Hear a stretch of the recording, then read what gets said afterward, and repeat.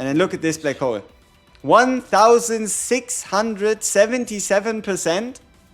1677%, and that wouldn't even be it. We could make it higher. We just create 2 futilities, we play them. 2310%. 2310%.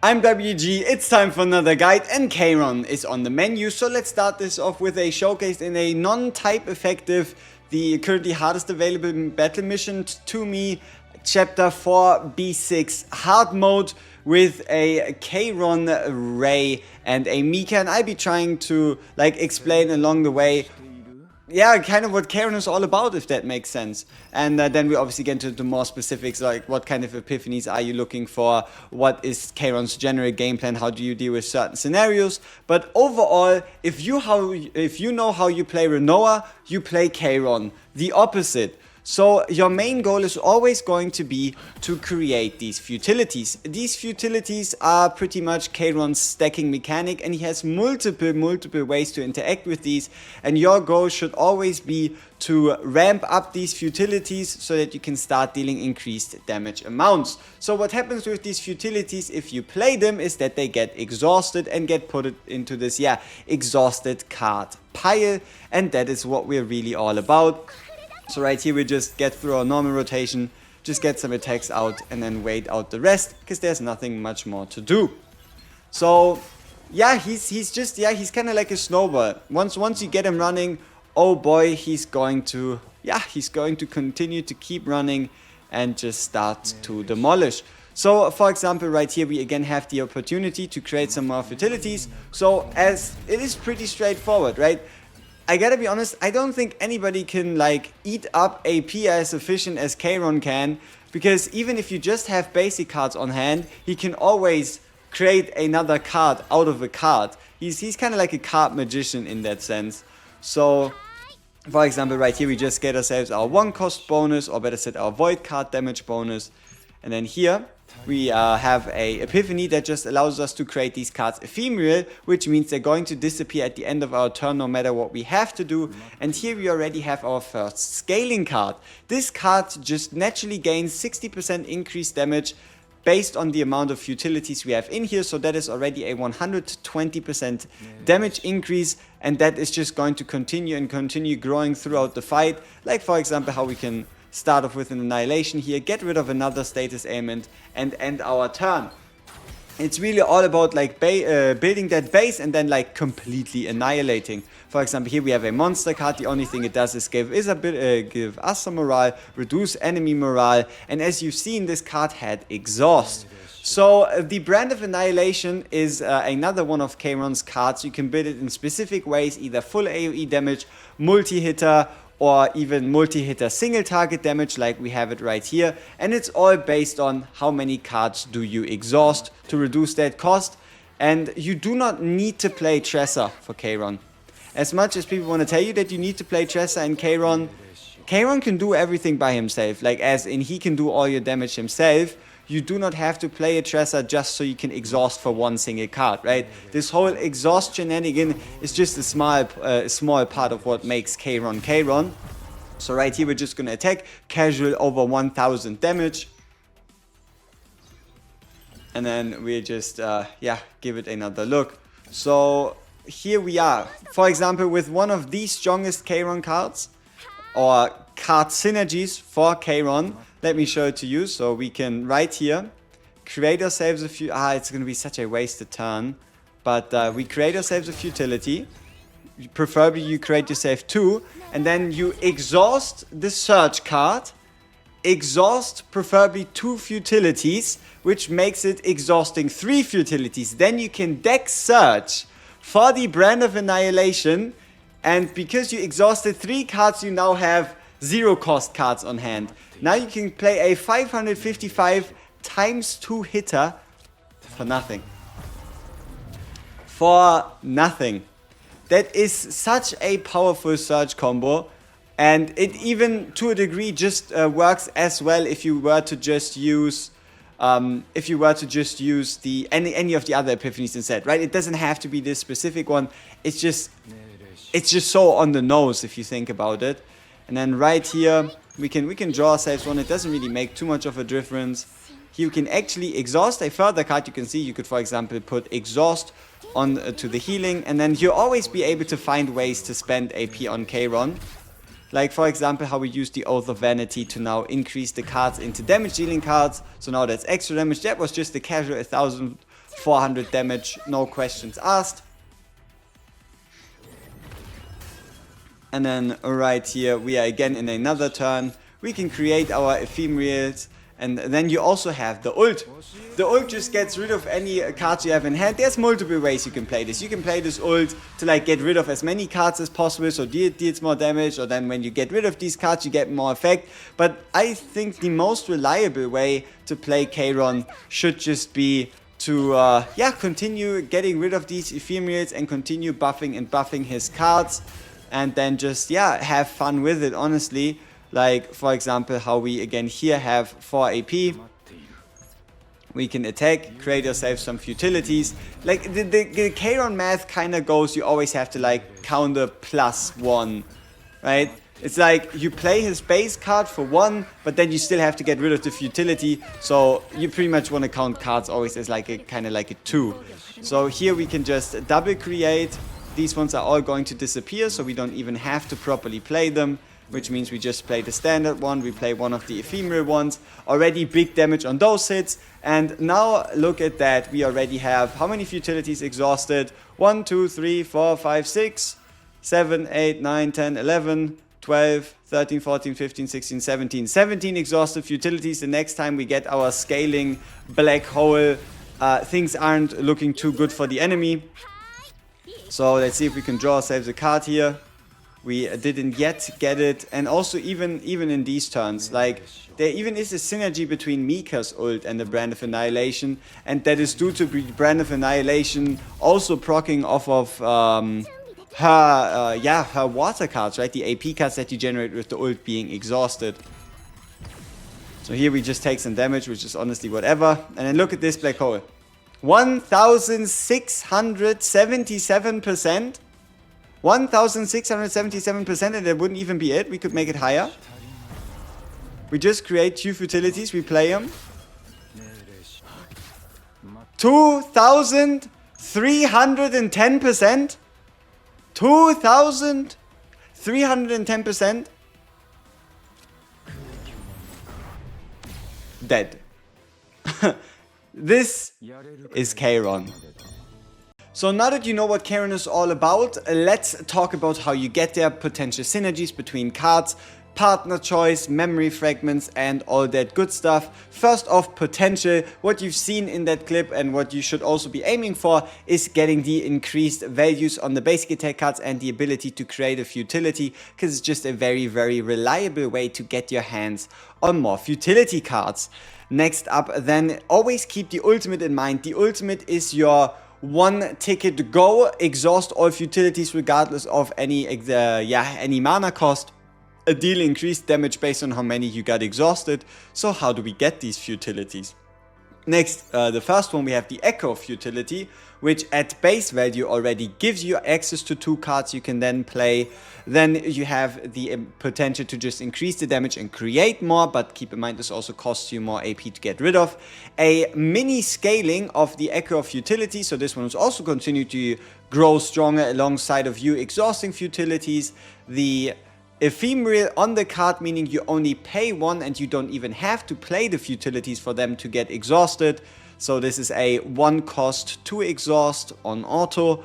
Then the Echo Futility, one of only 3 X cards in this game. The way this works is it takes all your AP in that you currently have available, and the effect is then a 50% base damage plus 150% times the amount of AP you just got rid of. So let's say you got rid of 3, that would be plus 450% damage, and then you create futilities equal to your AP consumed plus 1. So if you had 4 AP and you play this card, you create 5 futilities. This is one of the main ways for you to get a massive amount of futilities quickly, but it is by no means the be all end all, and you don't always have to go for it, because keep in mind, one issue with the Echo Futility would be it is very limited in playstyle. If you use this Echo Futility, your turn is basically over unless you have ways to either get more AP or play zero cost cards to then interact with the futilities if your ult is not available.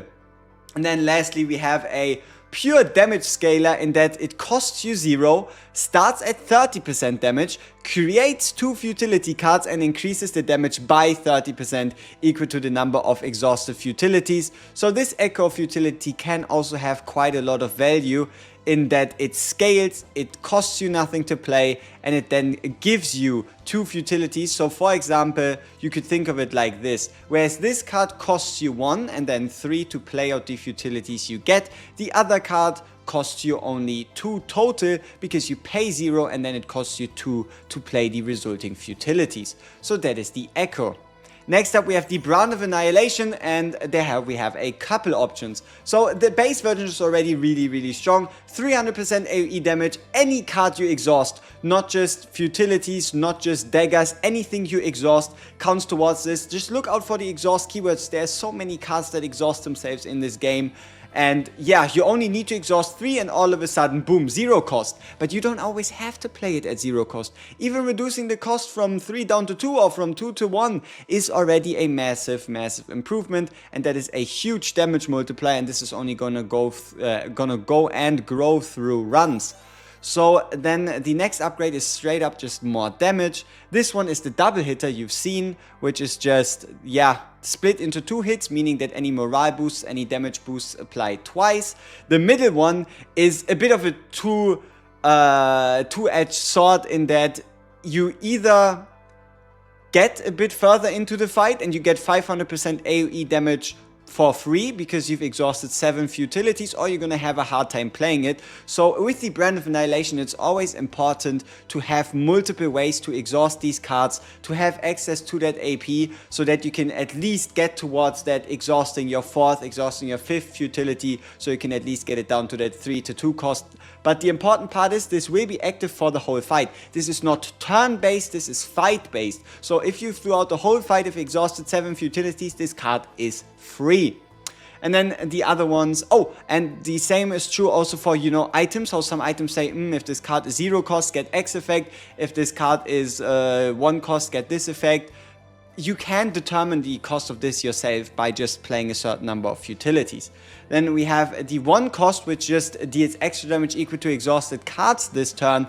This mainly synergizes with with your ultimate. If you, for example, play the X card, then the ultimate, then get 1 AP, and then use this card. But honestly, I don't think it's that reliable, because if you run Kayron main carry, you're not going to be exhausting that many cards. On a more reliable basis, you would kind of have to run it with like a Tresor or somebody else that is like all about exhausting. Like for example, Luke. You could be running Luke that exhausts his bullets, and that then counts towards the Brand of Annihilation.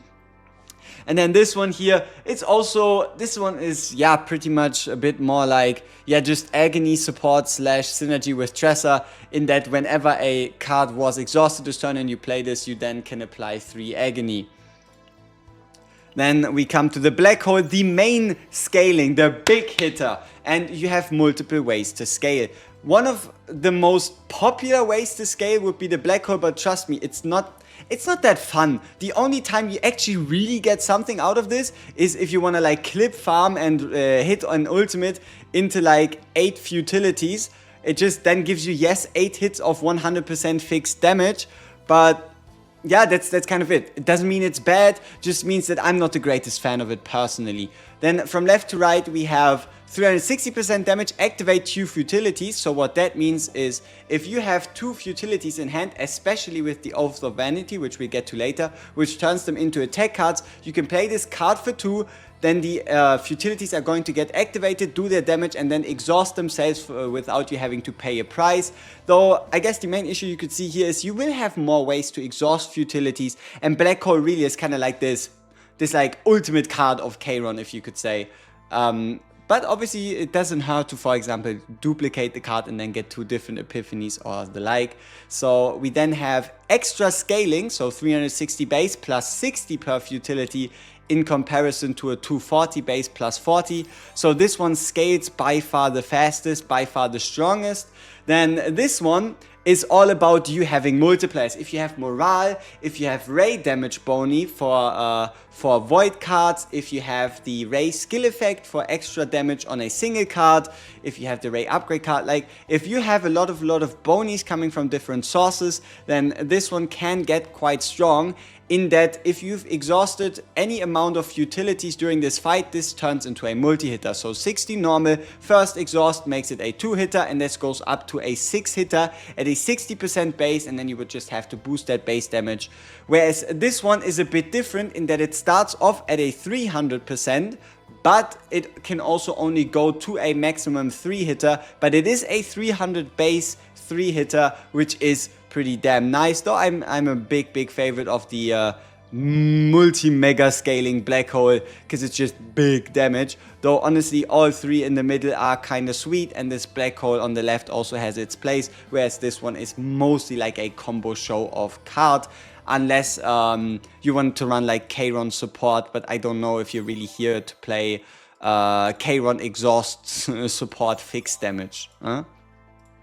And then lastly, we have the Oath of Vanity. So the Oath of Vanity, upon creating a futility, it becomes a card that now does 80% damage, 80% heal. This is also something that you might not think about with Kayron, but Kayron is kind of a sustain monster in that you can always reliably create these futilities, you can always strike, but you can always also heal yourself from these futilities, and that truly comes in clutch.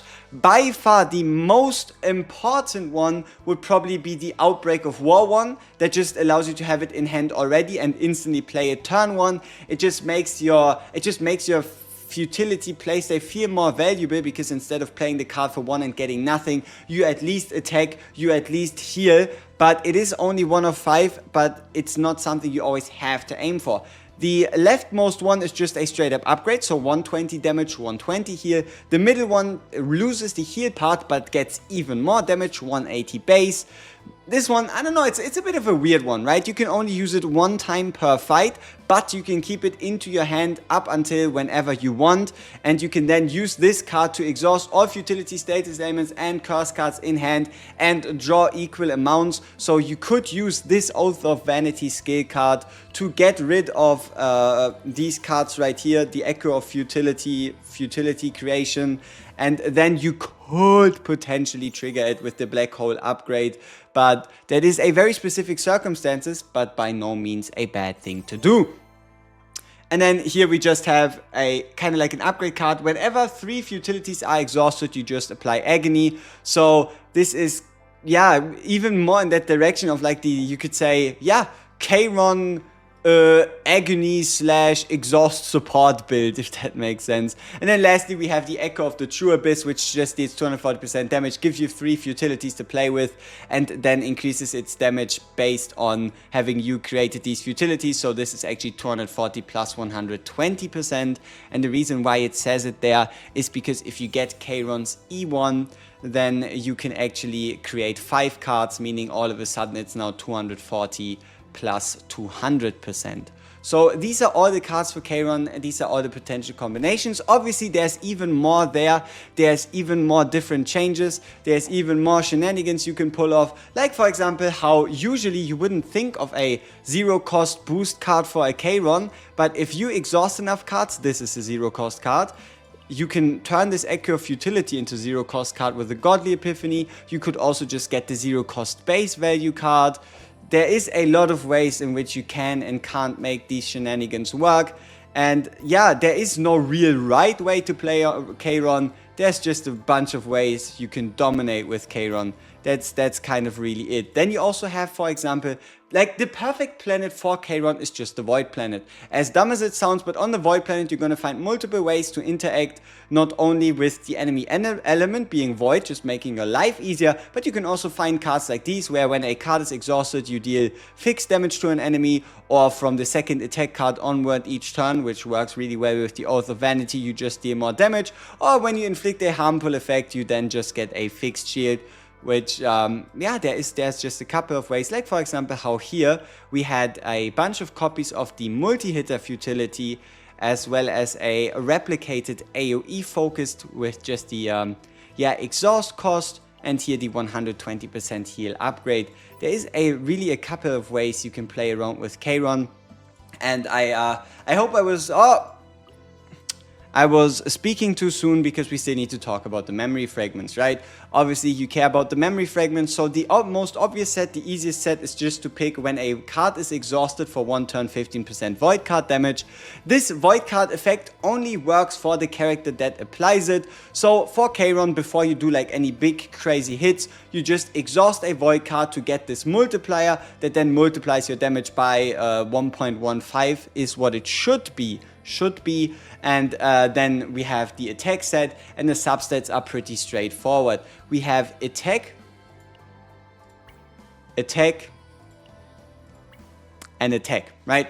Attack, and attack, or it could also just be attack and then something like a void damage. There is a couple options, but the main stats for Kayron, at least like early on, is just as much attack as possible, so your multipliers hit as hard as possible, and then if you want to, sure, you can try sneak in some crit chance, but you would have to invest into this critical proficiency here, and yeah, you're not really getting much crit chance from anywhere else unless you go for very specific items or very specific builds. But yeah, that is kind of Kayron, and honestly his epiphanies, there's some really sick ones. Like here you get 5, oh, I guess awakenings, right? Here you get 5 cards. This one just deals extra damage every time you use 2 futilities. This one now allows you to target the graveyard, which is kind of crazy. Like now you can actually just exhaust everything. It doesn't even have to be your hand anymore. Whenever a futility card is used, you get a paradox, which just increases his card damage. And then also here, whenever a futility card is generated, there's a 50% chance to either make enemies take more damage, make enemies deal less damage, or make enemies able to heal less, is what injured should be. So now that you know all about Kayron, we just still need to talk a bit about the supporting cast. I'm gonna try to keep it focused, I'm gonna try to keep it simple. Mika is just an AP battery, so what we're looking for here is any of these upgrades, right? So the leftmost one gives you 1 AP and 1/3 of an AP, so the leftmost one is a no-brainer. The Source of Water here, you can play around very well with the recover cost because you're not running a shielder, so you're always gonna get hit regardless, which means you'll have multiple opportunities to heal with Kayron, to heal with Ray, so this one is also pretty sweet. The one in the middle allows you to kind of save up for these burst turns, so the retain one is quite nice. The allied stress one I don't think is that important, and if you really are looking for like big burst turns, then this exhaust Source of Water is also quite well. All of these Source of Water go kind of hard. My favorite here has to be either the wave one, because it's again 1/3 of an AP, this one which allows you to just overshield, which can help you tank some hits that you would rather not tank, and then potentially you could play around with the Blessing of Waves, which just yeah, heals you based off the number of AP used this turn. But no, these two are by far my favorite, the wave and the overshield, but the other ones are also quite decent, just not as yeah, not as impactful. Tactical analysis, what you want to look for is either the double wave, which makes this 2/3 of an AP at a 0 cost. The double wave own healing works as well. This one is a bit more tricky in that you would have to play a whole bunch of Mika cards, which you don't really do. This one, again, double wave, 50 healing. Hey, say less, but keep in mind this is an upgrade card instead of a skill card, so you can only use it once per fight for the 2 wave bonus. And then this one is just overall more healing, but yeah, preferably more wave, more good, more wave, more AP, more AP, more cards, more damage. And then this one, please just delete it. Like, okay, now this might just sound rude, but I gotta be honest with you here. If you're looking for cards to delete out of a Mika deck, you delete the water arrow first, and then you delete the whirlpool. Or you delete the whirlpool fast, and then you deal the water arrow. And the main problem of this card is just, like, it doesn't do damage. So you don't want the damage increase recovery. Increases damage by the amount this card healed. Also pretty unimportant. Gain 1 wave equal to number of targets hit. Now this might be the only acceptable Epiphany in my opinion for this one, because this can like make up. If you're facing any more than 3 enemies, you positively gain wave, and if you're facing anything that's like 3 enemies, you at least gain 1 AP for spending 1 AP, and then anything below that, it at least gives you something back, you know? And then this one, she just doesn't deal damage with this. Honestly, it's not kind of not worth scrunching up your rotation. And this one's just fantastic. 1 wave, started the turn, gaining 1 wave. It's just pretty damn good.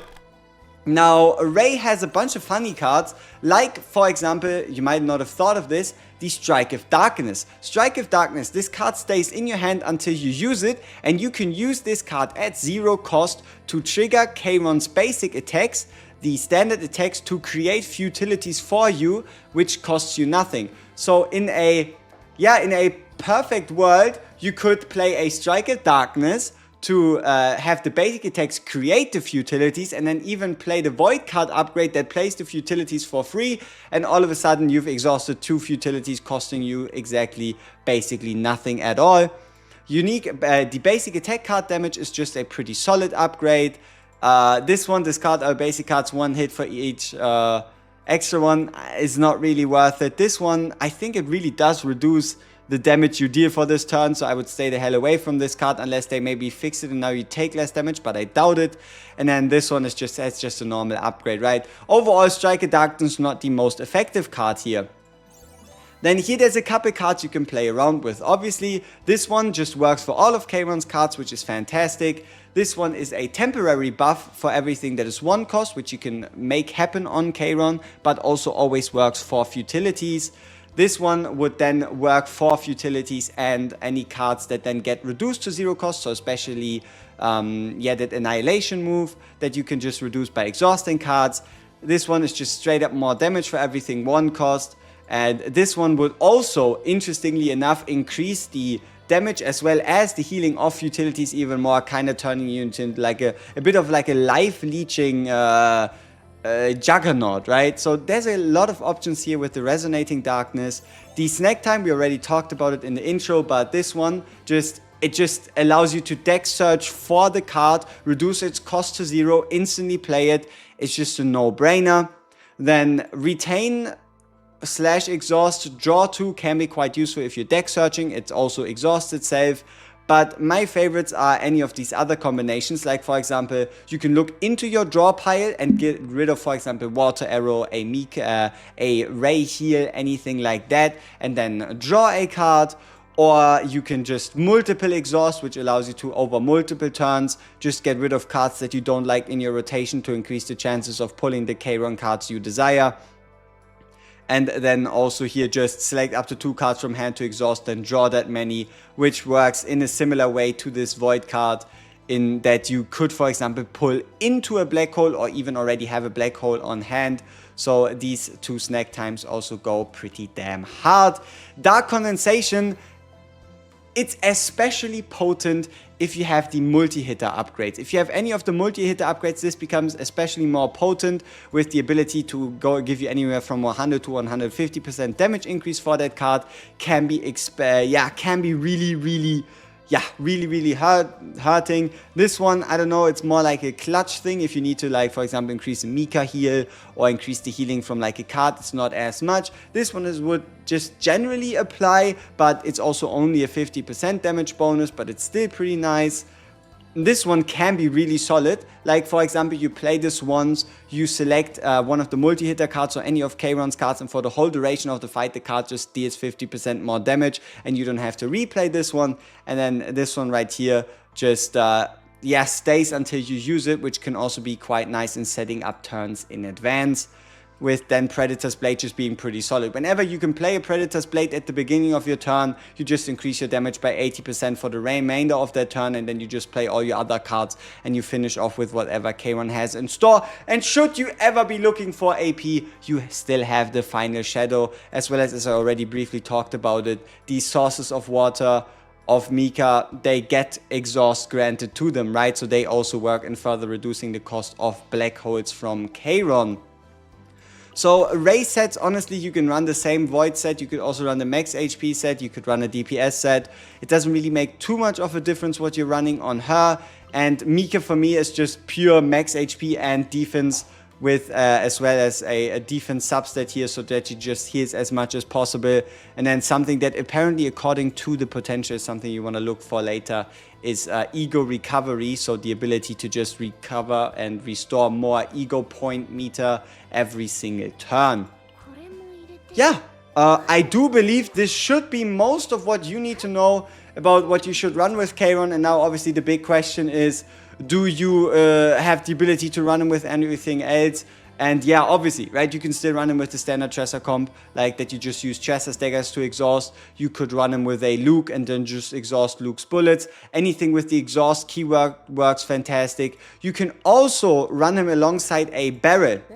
You can run him alongside a barrel due to this card being an exhaust. The ability to just multi-draw, the ability to, exhaust this card twice even and draw. There is some really, really funny shenanigans out there, and especially if you're looking for anything that is change cost to 0, or, change cost to 0, meaning you won't have to pay anything for this, or the charge shot that reduces its retained cost by 1, makes her very, very, AP efficient. And then also somebody else, I don't know, everybody who likes to talk about Orlea, you can just run Orlea on the side as well, in that she also isn't really that, AP hungry. Or if you're really fancy it, you could also just use Kayron's expensive cards to trigger Vulture Ejection, which is now from Celestia renamed to Heaven. What if I know, right? So, I hope you enjoyed this one. I hope you were able to take something away from this. And as always, we see each other in the next one. Peace!